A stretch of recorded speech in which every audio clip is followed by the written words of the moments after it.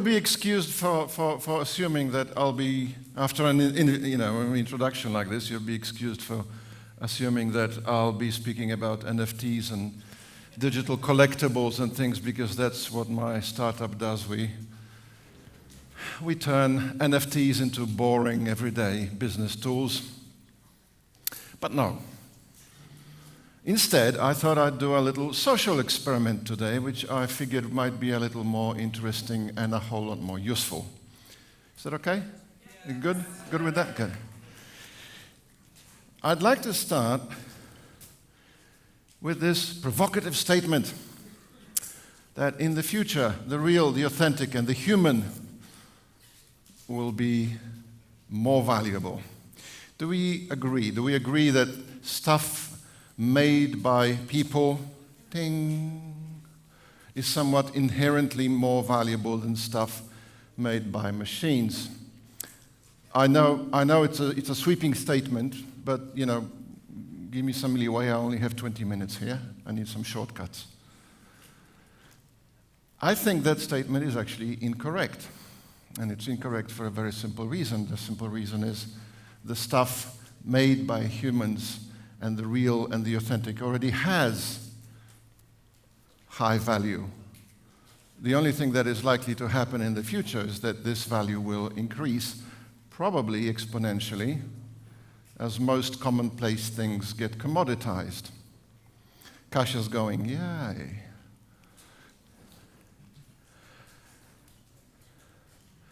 My oldest friend in the world is an Australian photographer by the name of Emmanuel Santos. Back in the day, when we were both young fellas, just starting out in Melbourne, I went into commercial and editorial photography, and Emmanuel decided to stick to photographing subjects of his own choosing and to make a living from the sale of prints and portfolios.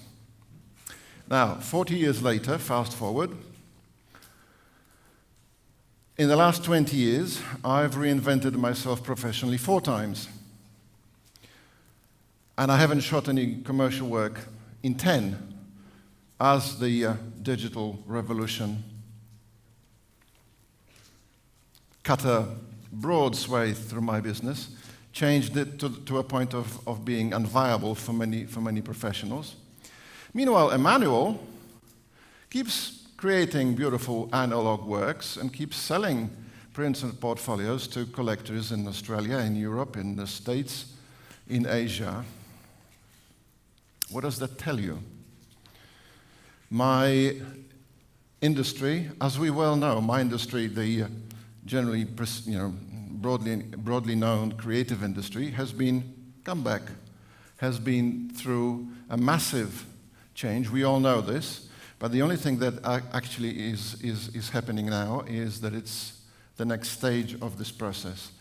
And I think we can all agree that the next stage of transformation is when human creativity, aided by powerful technology, will actually redefine the meaning of the word itself. It will stretch the meaning of the word creativity and pull it in ways we actually haven't thought of, let alone encountered.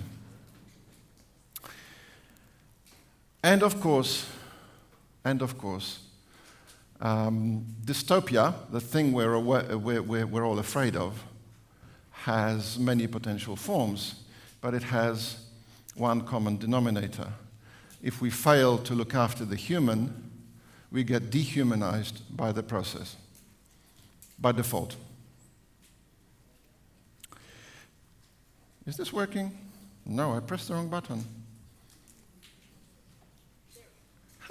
You guys are magicians. I love that. See, I pressed the wrong button here. It gets sorted over there. It's amazing. It's like magic. So I'm here to talk about the all-important human connections and how they are valuable to us individually and on a community level. Yes. We're about to play a game.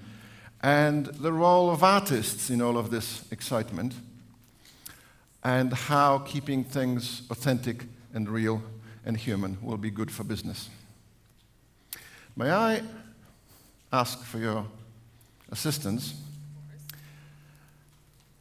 Please, what we're going to do is we're going to pass this from human to human. You need to keep passing it while hanging on to it. Can you manage this? This is simple enough instructions.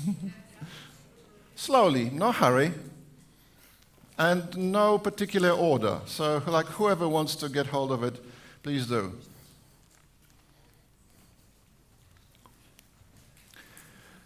We love analog things. Sales of vinyl have been growing steadily over the last decade, and not just to nostalgic boomers like me. Slowly, no hurry, no hurry.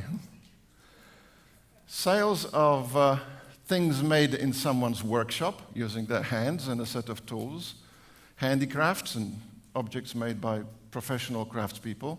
They're doing very well indeed in the real world. And online, Etsy is clocking 100 million active buyers.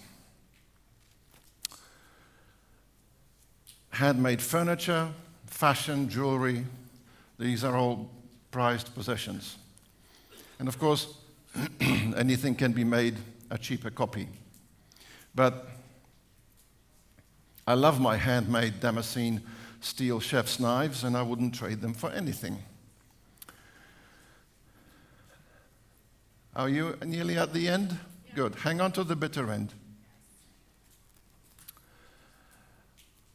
I'm actually convinced that within a few short years, we're going to have a labeling system in place. We're going to have a labeling system for objects and experiences that are made by humans, as opposed to those that are not. A labeling system that will prove the human-made provenance of these objects and experiences, and thus demonstrate their higher value. Why? Now that itself is a fascinating question. Why would we prefer one object over another if both fulfill the same function and both look more or less the same, but one was made by people and the other not?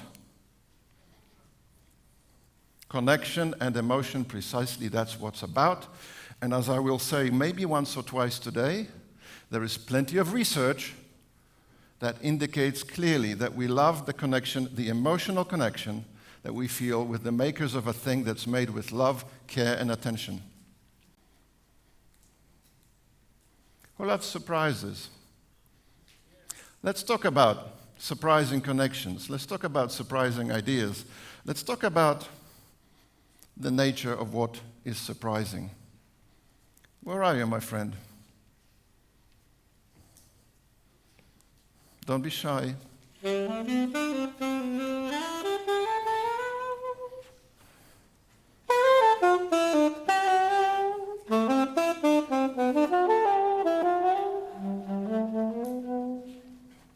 We love surprise.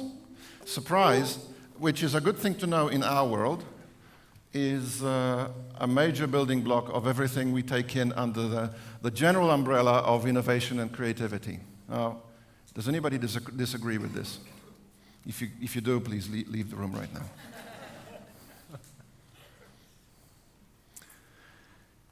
New ideas come from recombinations of existing ideas. Much like when a musician walks on stage and improvises a tune, he has the same notes available to him as everybody else. The intervals, the arpeggios, the pauses. It's a vocabulary. All he has to do to create a new tune is arrange them in a new order. Of course, that only sounds simple. Incidentally, we have more or less the same number of thoughts every day, and more or less they're the same thoughts day in, day out. Not ideal if what we're trying to do is come up with a steady flow of new ideas.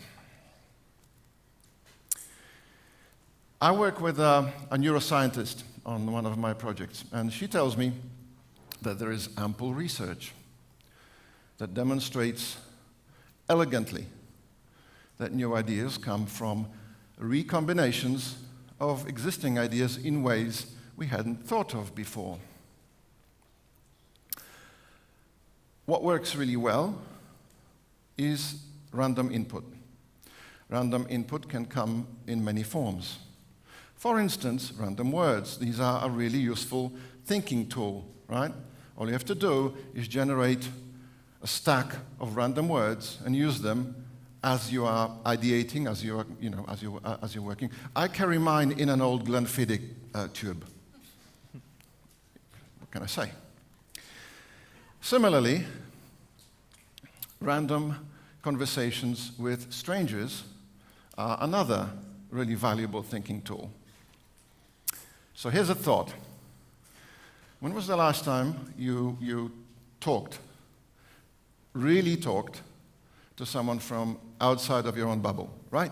Outside of your own bubble. Not conference chit-chat, not business networking. These are simple, right? But really try to get under the skin of the other human and see how you might be able to help each other in ways that you actually hadn't thought of, in ways that are not obvious. Because staying in our bubbles, of course, it has an air of comfort and familiarity. But comfort and familiarity in this moment in time are not qualities that we can afford anymore. Comfort and familiarity lead to a narrowing of horizons. And it's a problem because we actually want an expansion of horizons. Did Columbus set out over the horizon because he wanted to stay comfortable? I suggest not. Actually, he set out over the horizon because he wanted to get rich. But that's a different story. So here's our experiment. No, it's okay. Relax. You don't have to do anything just yet. You've been passing this rope around. Please hang on to it. Don't let go. We're not going to tie up everyone in knots. Relax. I'll tell you what it's about when we're done, okay?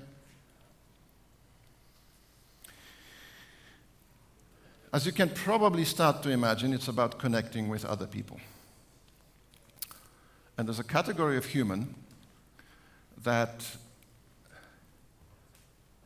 considers connecting with other people as fuel. They connect and get inspired by other people in order to see things differently. This category of human, of course, is artists. And artists have a lot more to give than just their art. Artists operate on different frequencies and according to different rules, sometimes stereotypically. But they do, right? Of course they do. We know this. Now, it just so happens that business has been waking up to the fact that creativity is a good and important thing, and generally staff ought to have more of it. Now, as well-meaning as they are, all these articles actually are missing the main bloody point, because creativity is not a skill. If somebody tells you creativity is a skill, I don't know, slap him. Creativity is the soil from which skills grow. It's the fuel. It's the approach. It's the mindset. It's not a skill. Drawing is a skill. Playing the alto is a skill, right? But be that as it may. Well-meaning articles. So what do? Well, usually what happens is they get in me, or someone like me, to run a creative thinking workshop. Which is actually well and good, because the people enjoy the new mental connections they make on the inside, They enjoy the physical community connections they make on the outside. They have fun. I get paid. But what usually happens in short order is it turns out that this kind of short-term engagement doesn't really move the creativity needle of people very much at all long-term. So what do? They run another creative thinking workshop the next year, once the L&D cycle has come around. This happens not because people who run these companies are dumb. This happens because they keep functioning according to a script.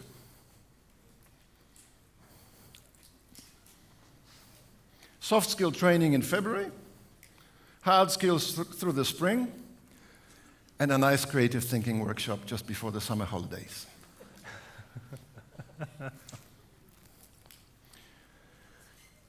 Dare I say, none of this makes sense anymore in today's world. Acting according to scripts set up years ago by well-meaning HR directors and carried out conscientiously ever since doesn't make sense. Creative thinking of people doesn't need another creative thinking workshop. It needs a makeover for dramatically different results. Now, who on this blue planet are the people from whom we can learn about such change and about the courage required for such change? Because makeovers require courage.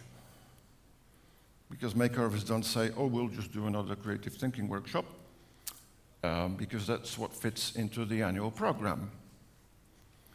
Dare I suggest that the annual program needs changing? And who are the people from whom we can learn about such change? Artists.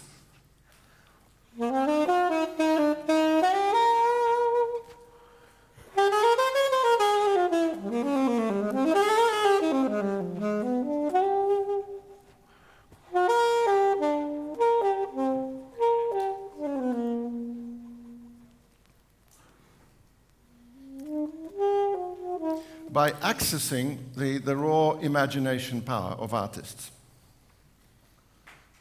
we are able to, not yet, he ain't done just yet. We're able to envisage aspects of business and of life that escape traditional analysis. The mental process required to imagine ahead, see how the dominoes fall, assess situations and run options and come up with solutions on the fly. That's daily work for creative professionals, really, regardless of their specialization. Meanwhile, the future of work is an area that's been under constant development and discussion and analysis for a very long time. Except, unfortunately, much of that effort has been spent from a perspective of logic and analysis and deduction. Because that's what business does naturally, right? It's designed to do that. Except, in this world, that is not enough. Do you know this acronym? Volatility, yeah, yes, exactly. In this world, which is volatile, uncertain, complex, and really fucking ambiguous, analysis and deduction are not enough. We need to lean more on the powers of induction, of imagination, of creative exploration. And we need to learn these things fast. So we need to learn together, with and from each other. Kids do that naturally, right? We need to be more like kids. And I ask you, who are the people from whom we can best learn about imagination and creative exploration? Yes. Right again, artists, musicians, performers.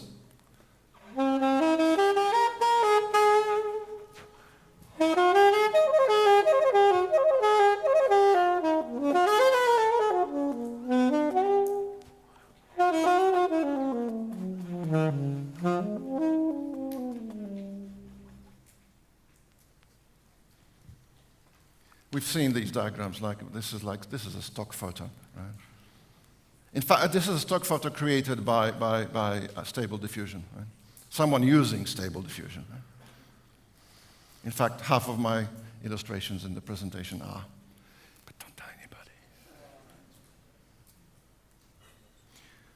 We can assume that we'll be using AI within a few short years, like we use other tech. Seamlessly and without really giving it much of a thought, perhaps to our own detriment. But there will be interfaces designed for us to be able to perform specific jobs, and the interfaces will do the interfacing between us and the AI.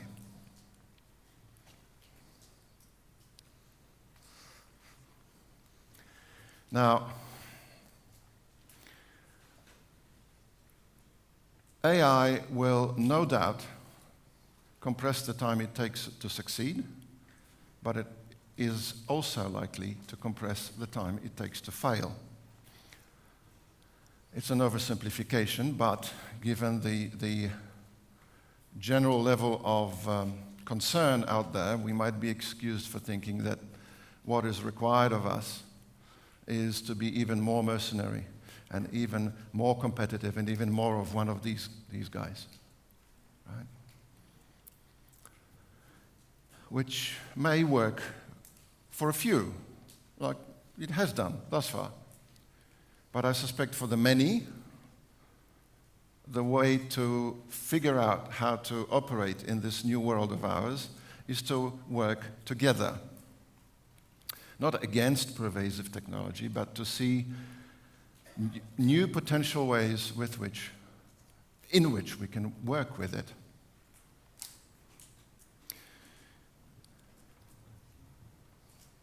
Ways which we cannot see just yet, importantly. So we need to learn to play jazz with our lives. We need to learn how to improvise on the spot.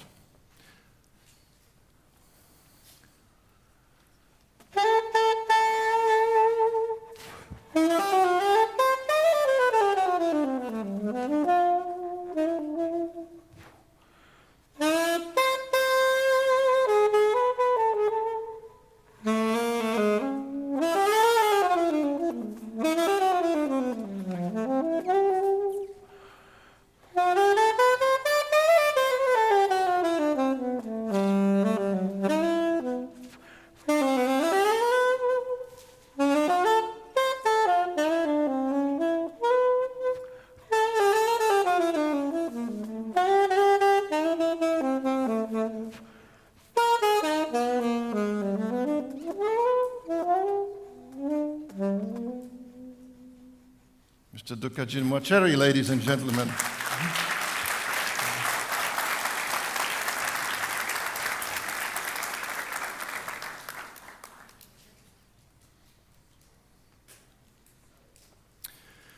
There's plenty of research that states clearly that merely being consciously exposed to art being made kicks up the creativity quotient in people. Now, what if, instead of giving them another creative thinking workshop, you actually gave these people an opportunity to interact with real artists doing real art over extended periods of time? What if You took a working artist and installed him or her right in the living tissue of a company. The office, the warehouse, the factory floor. That's precisely what we're doing with art in a place of work. Why? Well, because it's been demonstrated for a very, very long time, decades, that exposure to art stimulates people's thinking by getting them to walk down different neural paths. It's good for your brain. This is not exactly a new idea. I'm not reinventing anything here. It's been done before. So my question is, why is this type of engagement not becoming standard practice for forward-thinking companies everywhere, not just in Silicon Valley? How's the rope passing? We're good? Stay there, stay there. Yeah, now that I've got your attention, we're going to have a little fun. This little experiment actually helps in one very particular and important aspect of connecting, and that's courage. It takes courage to walk up to another person and start to chat if you don't know them. And this, you guys down here, like you're all so social. I'm in Poland. They're like, you walk up to a human and you smile and they go, "What do you want?" You've got the social thing worked out maybe a bit better, but we shall see. We shall see.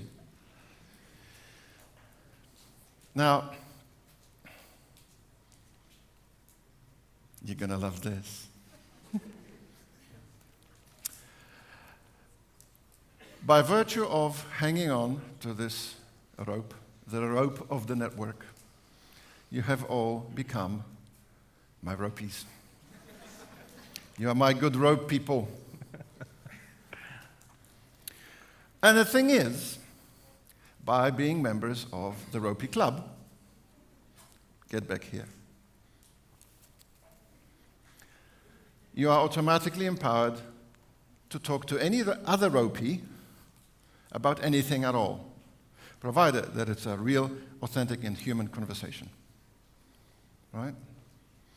You are trying to get under the skin of that person. Right, ropies? Happy with that? Good. Now, can I have one ropey, not someone I know, one ropey stand up, please? Just one.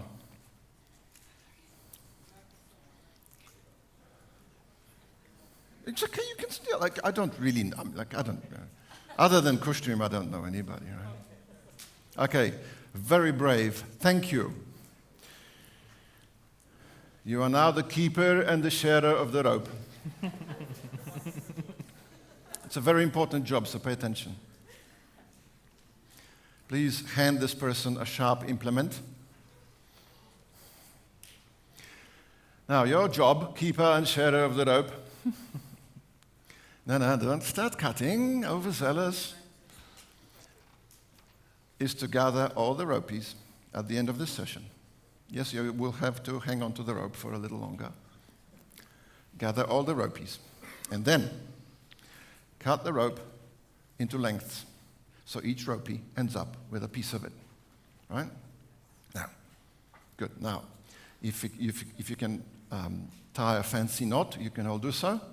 Or you can just fold it up, put it in your top pocket, or like make a bow tie out of it. Bow tie, right? Point is, it needs to be visible. Because you see, tonight, we shall convene all of the ropies together. And it'll be then that we will find out why the network of the rope is a good and valuable thing, and why all these random ropies should be talking to all these other ropies. Right now, we don't know. We can't. And that's exciting. It's exciting because we will find out. And it may take us some really cool places. Because there's not a lot that I love in my work more than structured, unstructured discovery. What does that mean? You're not looking for something, you're just looking until you start to get the idea of what it is that you should be looking for, and then you work with that. And that is the nature of discovery. That's how it happens, right? You don't know what you're looking for.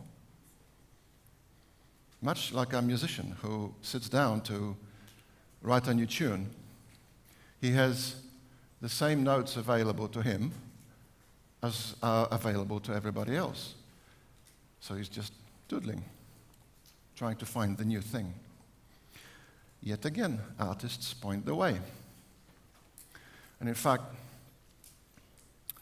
there's one aspect of art and artists that I think is key.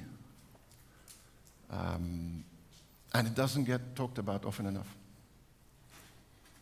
While I think it is an absolutely fundamental thing to the value of art and artists in this time and throughout time. Because you see, artists answer in the affirmative. Of course I will. When we ask, take me where I haven't been. And that, my friends, is exactly where all of us are going. Thank you. Thank you, Dr. Jim. Thank you. Thank you.